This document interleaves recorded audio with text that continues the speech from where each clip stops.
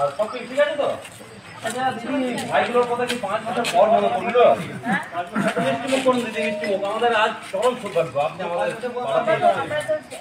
সত্যি মানে এত সৌভাগ্য না আজ আমাদের চরম সৌভাগ্য। আপনি 5 বছর পর আপনি আমাদের পাড়ায় এলেন, আপনার কতগুলো আমাদের পাড়াতে পৌঁছলো, আমরা সত্যি ধন্য হয়ে গেলাম দিদি, সত্যি ধন্য হয়ে গেল। মিষ্টিমুখ করুন।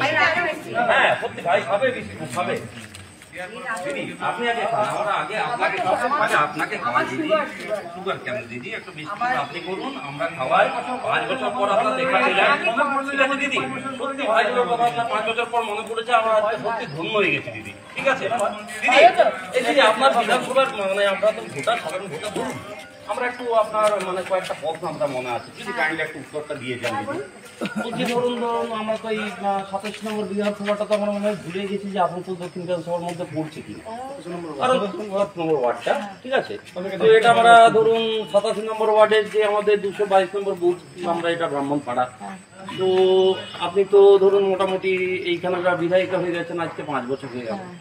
তো একটা কোয়েশ্চেন ছিল দিদি, আমাদের বিধায়ক অফিসটা কোথায় আসানসোলে? না আমরা তো আজ পর্যন্ত তো কেউ আমাদেরকে বলেও নেই, সাধারণ কাজ করলে আপনাকে কোথায় পাবো আমরা সেটাও খুঁজে পাই না, ঠিক আছে? আমাদের এটা বলেনি যে দিদির অফিসটা কোথায়, মানে আমরা তো হঠাৎ ভাবি যে দিদি তো প্রায় কলকাতায় থাকেন, কাজ করে থাকলে আমরা কোথায় যাবো? না সেটাই বলছি যে আমরা হঠাৎ করে আপনার জানি না যে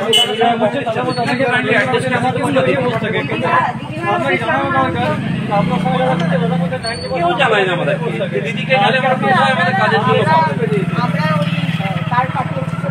সবাই, আপনিও মানুষের কাজ করছেন, আমিও মানুষের কাজ করছি, তো কে পার্টি অফিসে বসে কিন্তু কেউ তো জানানো দরকার যে আমাদের বিধায়কের কাছে পাবো, গেলে আমরা কোথায় পাবো? রিকশাওয়ালার কাছে আমাদের এখানে ফোন নাম্বার কাজের ব্যাপারে আমরা দিদির সাথে কোথায় যোগাযোগ করব? আমি মনে করব সেটা আমরা পাচ্ছি, কোনো অসুবিধা নেই।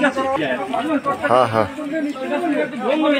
দিদি আমাদেরকে আমাদের বুথের জন্য অন্তত একটা কাজ করেছে, আমি জানি না ঠিক আছে যাচ্ছি না, আমি একটা কাজ করেছেন আমাদের বুথের জন্য, ঠিক আছে? 87 নম্বর ওয়ার্ড ব্রাহ্মণপাড়ার জন্য একটা কাজ দিদি করেছেন এই 5 বছরে, ঠিক আছে? আমি